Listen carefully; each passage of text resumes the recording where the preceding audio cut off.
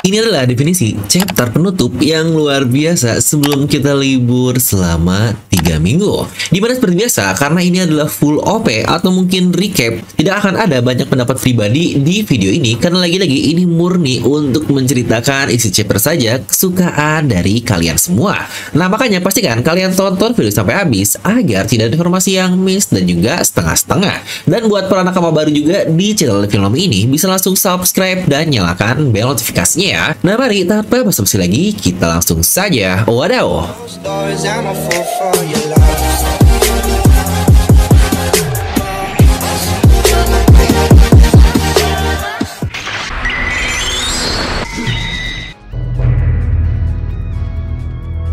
Dimana judul untuk chapter 11 ini adalah The Sun Shield atau perisai matahari. Dan seperti yang dijanjikan juga di minggu lalu, kalau kita mendapatkan color sprite di chapter ini yang berisi seluruh kru dari Topi Jerami, Bone, Kuma, dan juga Vegapunk, dimana mereka semua sedang makan kentang goreng di atas kelompok ubur-ubur. Untuk Vegapunk sendiri berada di dalam kapal selam robot buatannya, dan Bone di sini dia berada di umur aslinya bersama dengan Nami dan Chopper. Nah, untuk chapter sendiri dimulai langsung dengan Saint Marcus Mars yang menghancurkan barrier dari Labopes dan berhasil masuk ke bagian dalam. Ini pula yang kita lihat di chapter sebelumnya juga kan, terkait dia yang menabrak barrier tersebut. Di sini pertarungan dari Zoro dan Lucci benar-benar sudah selesai, di mana Lucci sudah tidak bisa bergerak tetapi dia menolak untuk terjatuh. Jinbei pun akhirnya menggunakan serangan Fishman karatenya Gosen Maegawara Shuto untuk menghempaskan Lucci, dan dia pun membawa Zoro bersamanya ke lokasi dari nakama yang lain, lagi-lagi agar Zoro tidak tersesat. Di sini Mars pun berada di lokasi di mana Lucci terhempas sebelumnya oleh Jinbei, dan di sini Lucci sudah kembali ke mode manusianya.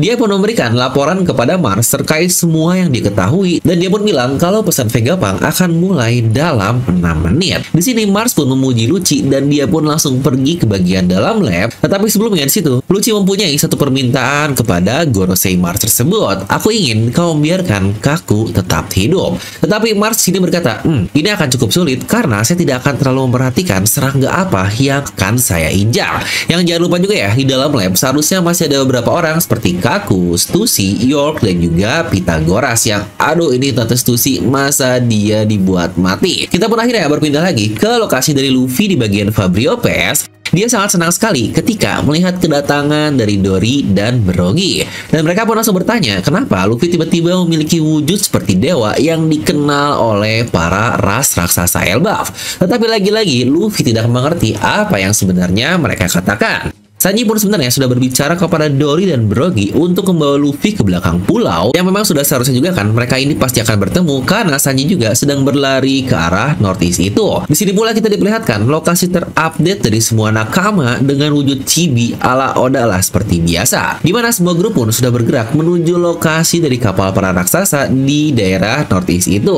Nah, sekarang setelah mereka bertemu dengan Luffy, di sini Dory pun meniup trompet tanduknya untuk memberikan sinyal mundur kepada seluruh raksasa di Pulau Eket. Dari sini pun War Curie dia menggunakan raungan Hausoku no Haki-nya, di mana raungan tersebut sangat kuat sekali karena mata, topi, baju, dan bahkan luka dari Luffy semuanya terlempar dari tubuhnya. Yang lagi-lagi ini ala kartun pola karena Luffy berada di mode Gear 5-nya. Brogy sangat kaget ketika melihat apa yang terjadi kepada Luffy. Dan serangan dari War Curie tadi pun ternyata berimbas sangat jauh juga sampai ke daerah pesisir kapal, karena para angkatan laut yang ada di kapal perangnya banyak yang pingsan pasca Hausoku no Haki tersebut. Di sini pula War Curie dia mengubah kedua taringnya menjadi pedang dan dia pun menyerang Luffy. Tetapi di sini Dory dan Brogy menggunakan serangan yang bernama Svalin, atau inilah yang menjadi judul dari chapter ini alias Sun Shield atau perisai matahari. Dan mungkin sedikit info ya, di mana Svalin ini adalah tameng legendaris dari mitologi Nordik yang dapat bertahan di depan matahari dan melindungi dunia dari panasnya. Yang mereka pun akhirnya melanjutkan serangan yang bernama Skillja atau Spiration untuk mendorong War Curie menjauh kembali. Di sini Saturn pun ikut menyerang mereka dengan menyemburkan bola racun kepada Dory dan Brogy. Namun Luffy menciptakan topi baseball dan tongkatnya juga untuk memukul semua racun tersebut, di mana ternyata bola racun tersebut tersebut meledak dengan sangat besar sekali dan mengenai ketiga Gorosei, yaitu Valkyrie, Saturn, dan Jupiter. Mereka bertiga pun akhirnya Luffy, Dory, dan Brogy langsung kabur di saat para Gorosei tadi mulai beregenerasi. Di mana Luffy masih kebingungan dengan berkata, mereka lagi-lagi tidak terluka, apakah mereka semua tidak dapat mati? Di mana Dory dan Brogy pun terlihat sangat bingung dengan berkata, kita belum pernah mendengar ada kekuatan atau ras yang seperti itu.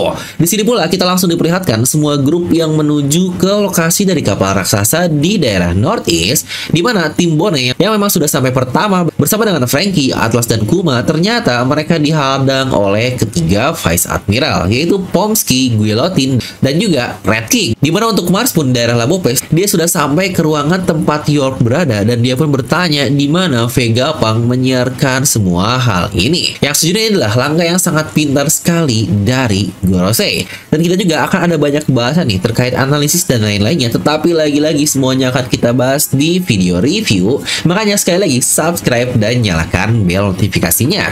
Dimana kita pun berpindah ke daerah angkatan laut lain tempat Kizaru sebelumnya terlempar. Di sini pun angkatan laut berkata, Kizaru-san, biarkan kami menolong luka-lukamu. Karena di sini pun kita melihat Kizaru pasti terbaring dengan dia menutupi matanya menggunakan lengannya. Tetapi di sini Kizaru pun berkata, sudah jelas aku terluka, jadi biarkan aku beristirahat. Dan di halaman terakhir dari chapter ini pula, angkatan laut melaporkan kalau ada sesuatu yang muncul dari pesisir daerah Northwest. Yang lagi-lagi ini Northwest ya, dimana tim Luffy itu ada di Northeast. Dan mereka pun melapor kalau ada sesuatu yang lebih besar dari ras raksasa muncul di tengah pulau. Dan di sini pun kita bisa melihat robot kuno berdiri di tengah pulau Eket, di mana area sekitarnya penuh dengan api yang sepertinya dia pun tidak terpengaruh oleh api yang sangat besar tersebut. Jangan lupa ya, kenapa api ini muncul? Karena pulau Eket ini sedang dilakukan Buster Call. Dan di sini robot kuno tersebut dia berbicara sesuatu, yaitu, maafkan aku, Joy Boy, kita harus libur selama 3 minggu.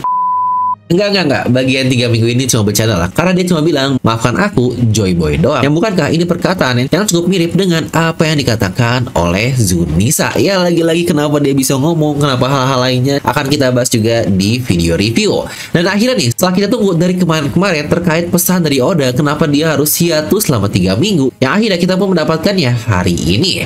Di sini Oda berkata, pasca berita dari kematian Toriyama Sensei alias mendiang bapak manga yang menciptakan Dragon Ball, Oda menjadi sangat khawatir dengan kesehatannya. Dan di sini pula Oda menestat kalau dia tidak sakit kok, jadi kita semua harus tenang saja. Tetapi dia hanya berpikir kalau dia akan istirahat sebentar untuk melakukan self maintenance, atau mungkin bisa kita sebut sebagai ya healing lah ya. Oda ini butuh healing. Dia pun melanjutkan lagi dan mungkin beberapa waktu untuk memikirkan tentang serialisasi dari One Piece ini. Ya mau bagaimanapun, saya ini adalah orang yang sangat sibuk. Yang lagi-lagi setidaknya dari sini cukup clear ya, kalau Oda tidak sakit, dia cuma butuh waktu healing doang nih. Yang kayaknya jangan lupa ya, Oda beberapa tahun terakhir terlihat sangat sibuk sekali, terutama tahun lalu dengan adanya live action, lalu juga nggak lama 2 tahun lalu ketika One Piece manga berusia 25 tahun, Oda pun sangat sibuk mengurusi movie red, yang bahkan tahun ini 2024 adalah 25 tahun untuk animenya. Jadi lagi-lagi pasti dia akan sangat sibuk lagi. Yang wajar juga kenapa dia akhirnya meminta hiatus untuk istirahat. Lagi-lagi doa terbaik kita untuk Oda Sensei, semoga dia sehat selalu. Yang tahunya nih alasan dia libur emang karena lagi puasa aja nih, doi ingin ikut lebaran. Di sini pula Oda menambahkan beberapa info lain, seperti buat yang nggak tahu nih orang-orang di Saga Eket kenapa mereka saling berhubungan, kalian semua bisa baca volume sebelumnya secara gratis lah. Lalu juga dia pun memberitahu tentang live action dan one shot monsternya